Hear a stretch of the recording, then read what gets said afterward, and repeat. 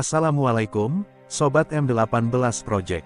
Tidak bisa dipungkiri, sejujurnya pembangunan jalan tol di Sumatera Barat menjadi salah satu proyek infrastruktur yang sangat dinantikan masyarakat, terutama untuk mengatasi kemacetan dan risiko bencana di jalur nasional.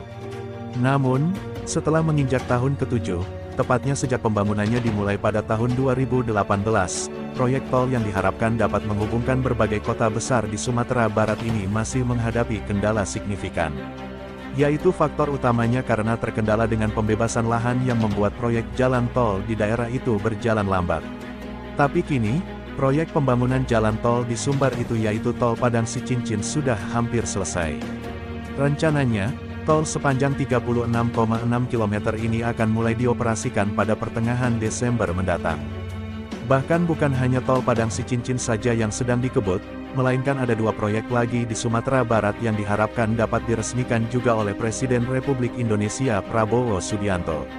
Lantas, bagaimana ketiga proyek tersebut bisa jadi bukti bahwa Sumatera Barat tidak lelah mengejar ketertinggalannya dalam pembangunan infrastrukturnya dibanding provinsi-provinsi lain di Pulau Sumatera ini? Inilah ulasannya. Namun sebelum berlanjut, jangan lupa subscribe dan like ya, karena dukungan kalian semua sangat berguna bagi perkembangan channel ini.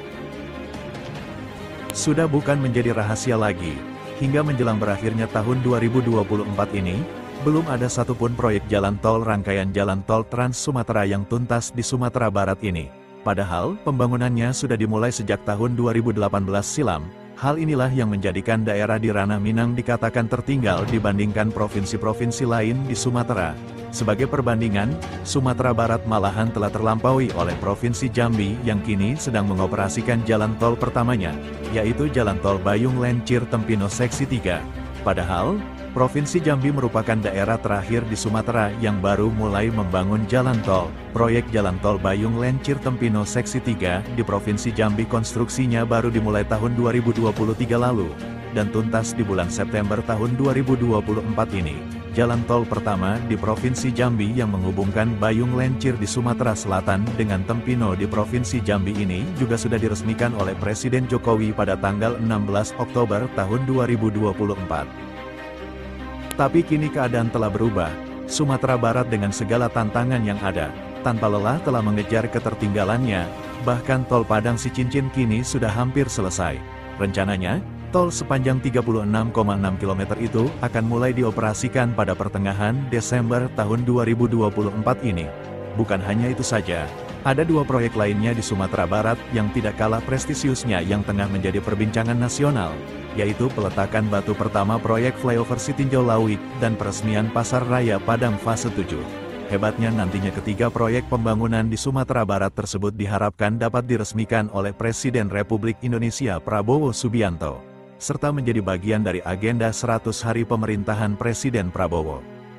Sementara itu, Direktur Utama PT Hutama Karya Infrastruktur, Aji Prasetyanti, menegaskan komitmennya untuk mendukung semua proyek pembangunan yang telah ditetapkan pemerintah, termasuk proyek strategis nasional di Sumatera Barat.